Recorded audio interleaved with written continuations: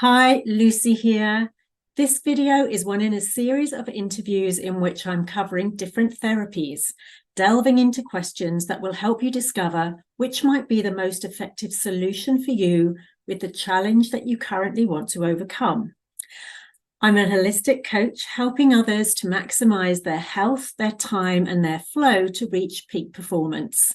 Now, today I'm joined by Rob Chapman, and he's an expert in the field of change work. So, welcome, Rob. Thank you very much. And just before we get started, I'd love to let our audience know a little bit about your qualifications. So, Rob has many qualifications. He has a professional hypnotherapy diploma, an NLP practitioner diploma, neo-Ericksonian hypnosis diploma, professional conversational hypnotherapy diploma, group meditation teacher diploma. He's an EFT practitioner, a CBT practitioner, has a diploma in counselling, spiritual life coaching, and he is a published author, just to name a few. So welcome once again, Rob. I would love you to share, because that's a huge amount of diplomas and a huge amount of learning. So give us some idea of your background, how things got started, and what part of that, perhaps some pivot moments along the way that has taken you through your journey. Okay, yeah, that is a lot of diplomas and training, but I think it's so important, and I think that's been a theme throughout all of my journey, is to learn, to grow, to push my boundaries to be the best I can be for when I'm helping people with whatever they bring to me. And it's a journey that doesn't start in, I guess it doesn't really start in therapy. I, at about the age of 10, 11, was on holiday and saw a stage hypnotist. And to this date, it is still the funniest show that I've ever seen.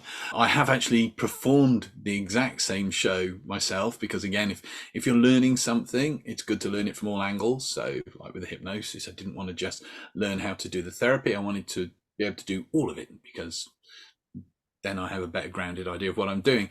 And so from off the back of that, I got interested in hypnosis.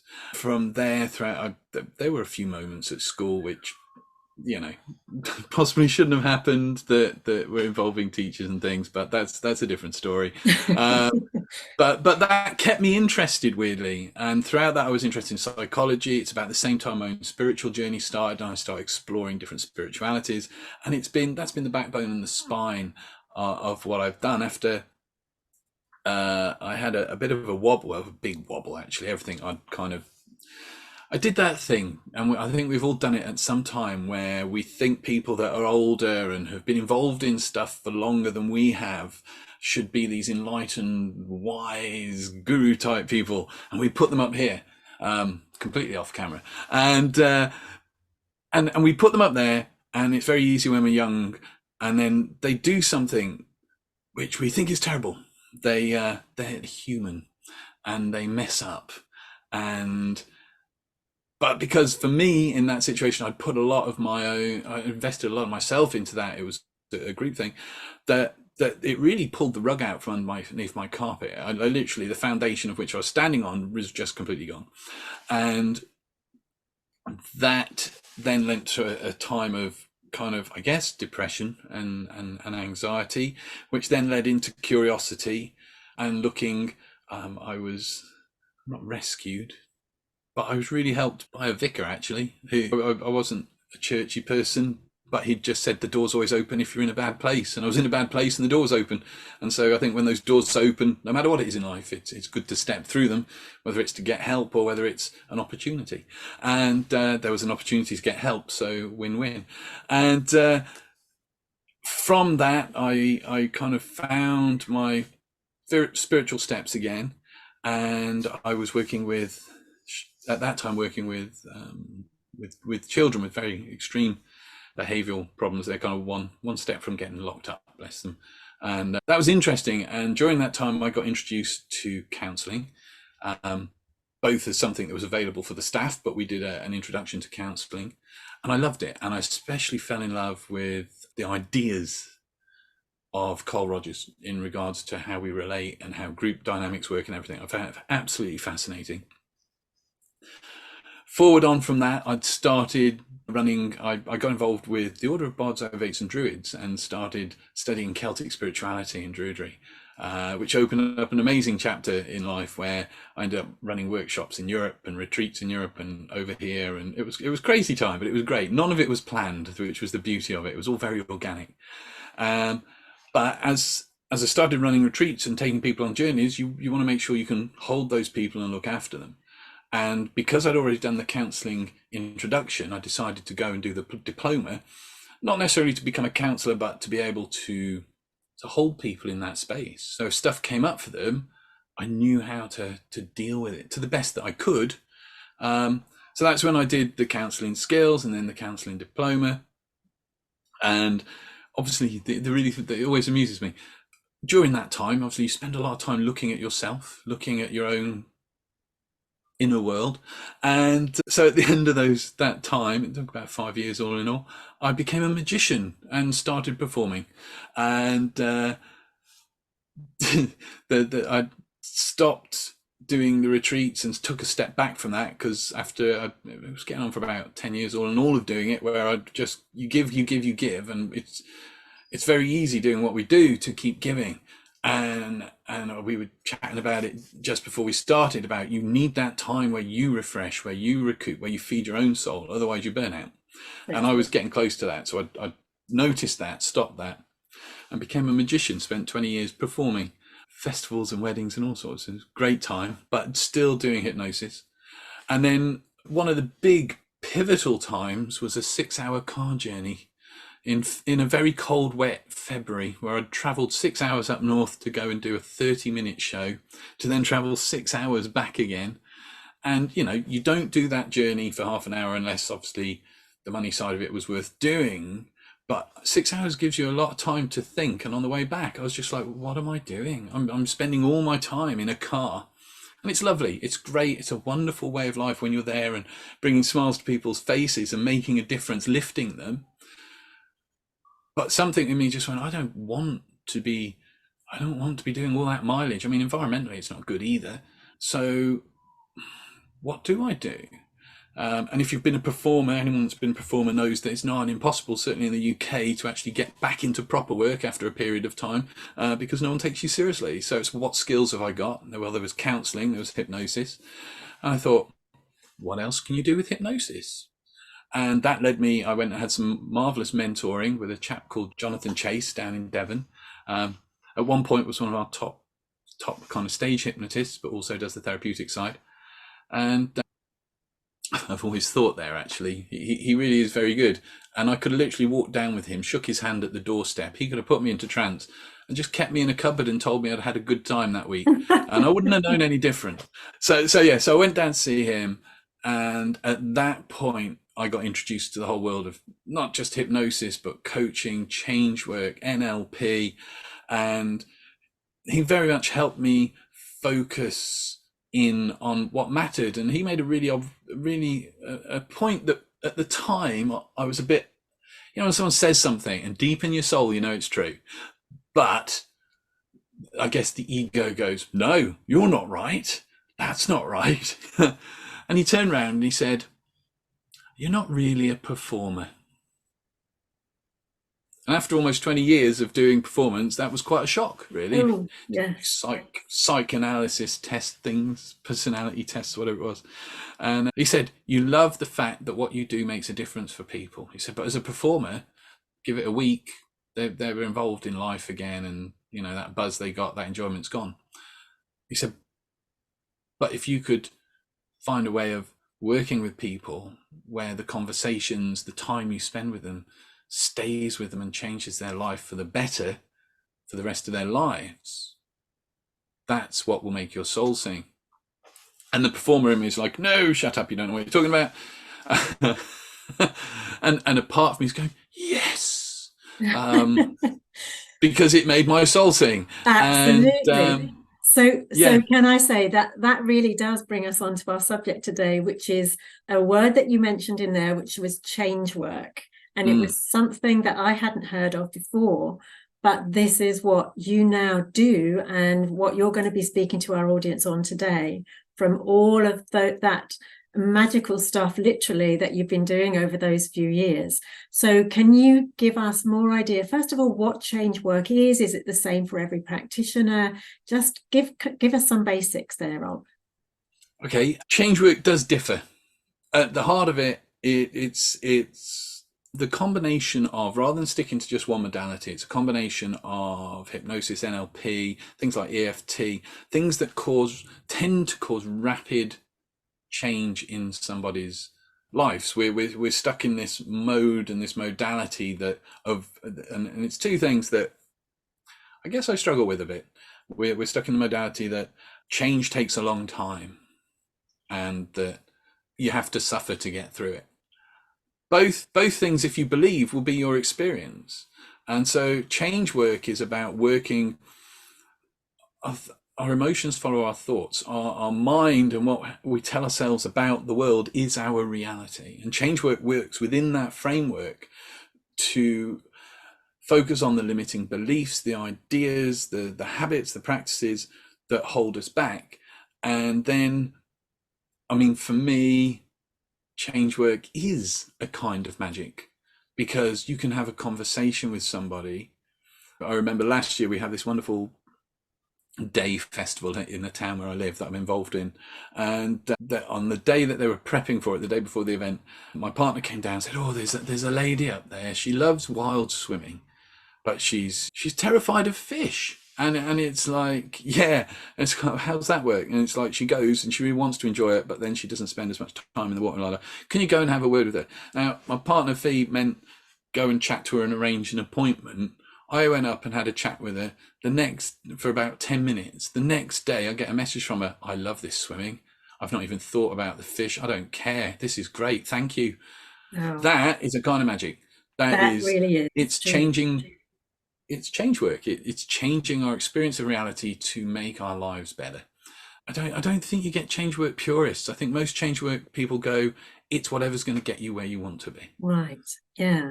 And you said you use about 3 or 4 different things from your toolbox, and you mentioned NLP and EFT. Just in case our listeners aren't sure, just give a brief overview of what those 2 things are. I'm assuming that everybody knows what hypnosis is. Well, that's an interesting question in itself. Yeah, but maybe not. So just okay. In brief, cover those for us. Just very briefly, I would say the 4 or 5 main areas I use. Counselling, mostly the listening and the holding of space.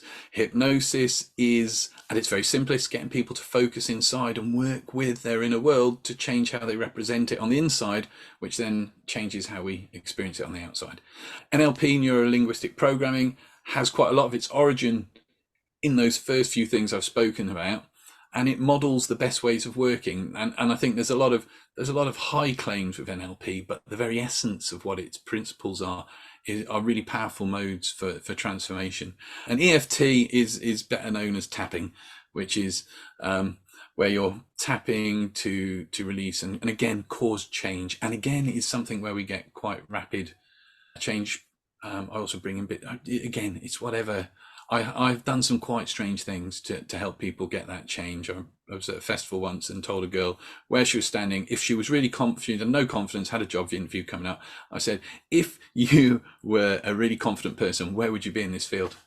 And she was like, I'd be over there. I said, right, I want you to walk over and step into that you.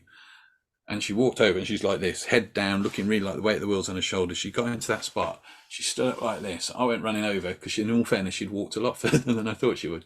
And I go, how's that feel? She goes, I feel really good. I said, well, the old you's waiting back there. Do you want to go back there? Do you want to go and stand there? Or do you want to go stand maybe next to that you and look back at how it used to be? And she said, no, I'll say goodbye here and go like this. And I got a call at the end of the week saying that I got the job, which she had really not expected to do. So it's whatever makes that change. Yeah. And sometimes it has to be a bit of an odd thing because otherwise our conscious mind will get in the way. And oh gosh, it gets in the way all the time, doesn't it? Oh, doesn't it? Absolutely. And so it sounds to me like you're very intuitive about each person that you're working with, Rob, and you just pull it out of nowhere almost, and it's just, that's the thing to do. I'm a great believer that my client already knows the answer. And that, I mean, that goes back to Cole Rogers, but it's also there in hypnosis and NLP. If you sit with somebody and listen, hence the counselling side of it, your client will sit there and they'll say something like, oh, do you know what? If I could just kick the chair away that's holding me back and really stand up. Well, okay, let's build that up. Let's create a situation where you've connected the act of kicking that chair away completely with the problem. Get up and kick the chair across the room. I'm quite fortunate where I am. There's lots of space, so I can get people to do that. If that's that's the metaphor. Or take them on a journey where in their minds, a little less damaging to property, I guess, in their minds where they go on a journey and they arrive at this place, and in that place is a chair, and that chair is everything that's holding them back. It's that thing that, although they feel it supports them, doesn't, and then they kick it away in the guided meditation or in a hypnotic journey, and it's gone, and you get rid of it. And these things are there. If anyone listening just sits and listens to someone saying about their problem, they will probably go, God, if only I could do this, if only I could do that. There's your answer. How do you make that something they experience? And with certainly with hypnosis and meditation and things, we can create. There's a part of our minds that doesn't know the difference between what we're experiencing in the real world and what we're imagining. So if you can connect with that part of the mind and get that person to imagine and have that experience on the inner self, on the inner world, then they're going to learn what they need to learn from it and make those changes. Yeah. Fabulous. Okay. So if somebody is looking at going for some change work, doing some change work, so even from your own experience, Rob, would you say, because obviously a lot of like therapy, if you're just going to counselling or you're going to see a psychotherapist, they'll say, oh, you're going to need about 6 sessions, you're going to need about 10 sessions. Yeah. So for yourself, just give us an idea, if somebody comes to you, what that process is, what the steps are. Well, what the steps are, okay, so I always start with an initial chat. You might not like me. We're all different, and I might not. That's something people don't realize, and a lot of therapists don't realize. You might not like your client, and if you don't like your client, you don't take to them, then there's no real point working with them. You're not doing either of you any favors. So the first point is to have that chat. It's really informal. Where are you at? Where do you want to be? How are we going to, and just any questions, and just settling that out. And then you can't put a time frame on things. When I was training as a counsellor, it could be months of sessions when you're doing you kind of do your placement and you practice, and you'd be seeing the same person for months. And on average, I would say 3 to 5 sessions. But it's that thing. If you can hit the nail on the head in one session, you'll get that change. And when you do, that's when it feels miraculous. That's when it feels like magic, because you don't know if you're going to get there at the beginning of a session. Your client doesn't. But if at the end of it, 2 days later, you get a call, and I had one client, and she won't mind me saying this, because she wrote a review about it, and she'd been left for dead. Someone had attempted to murder her, and she'd carried that trauma for 10 years. Couldn't visit the town where it happened, let alone the house. And we had a session at the end of that week. She said, I've been able to go and see my family in the town where it happened, and I drove and parked the car outside the house. It no longer bothers me. That's just beautiful. But there's also part of that initial chat is, as the client, you need to realize this is your responsibility. And like I say, everyone works differently, but I've asked people to go for a walk and look out for a certain rock. And I'll be honest, I don't know what that rock is. I don't know if they'll find it, but I tell them to go and do that as part of that change work. If they don't do it, they're not taking responsibility for their own change. As someone that does change work, I'm a guide. I always say I'm a sat nav, literally a sat nav to that place you want to get.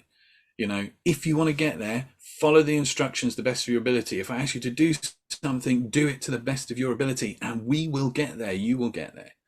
So yeah, if you're going to make changes, commitment, responsibility, realizing it's only you that's going to do that, and then a willingness to engage in sometimes what can be quite a sensible process, but sometimes I've come out of sessions where both me and the client are gripping our sides kind of from laughter, because that's just what's needed. Yes, laughter is a great therapy in itself, right? Completely. Fantastic. Okay, so just kind of to simplify everything down, Changework is using a handful of different therapies, and it can be different with each therapist. Yeah. It is different for every individual who comes in, because what they're wanting is a different solution. And you can just pull from what you know to help them to make the changes within their mind and within their habits and their beliefs, right? Yeah. So we're just about to come to our final question, Rob. So with this, I'd love you to be able to share 3 tips with our audience on how they might start to help themselves with this. Okay, no worries. First thing is, don't focus on the problem. Keep focusing on the problem. Why is this happening? You'll keep finding reasons and ways to make it happen. And you're already good at that because you've got the problem. So where do you want to be? And spend time every day. Just, if you want to call it daydreaming, do, because that's fine. But daydreaming the you want to be that you're just not yet.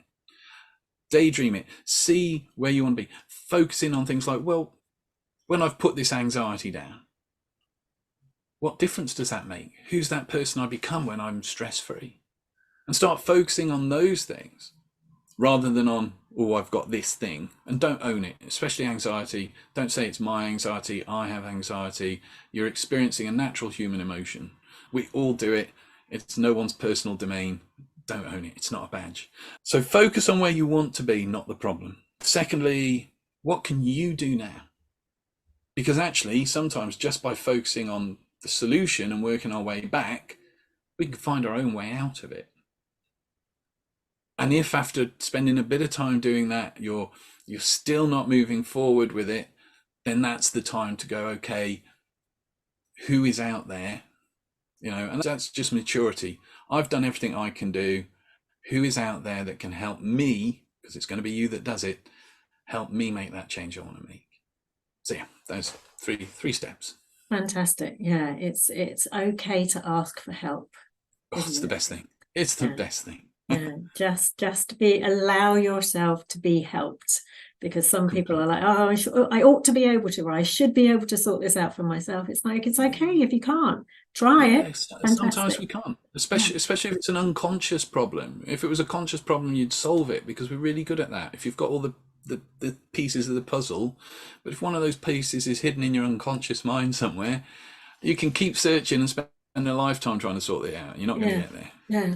Now, I know that you have written a couple of books, and I'd love you to just briefly talk about one of them, Rob, that I know, again, might be another tip for our audience to go and find this book. So just share a little bit about that with us. Wonderful. Yeah, I've got a series of books that I'm building, which is called You Can Do It, because I believe with the right tools, and actually just by doing it, you can. There's a whole range of self-help books out there that are wonderful, but we tend to pick them up, read them, feel good for 2 weeks, put them down and forget it.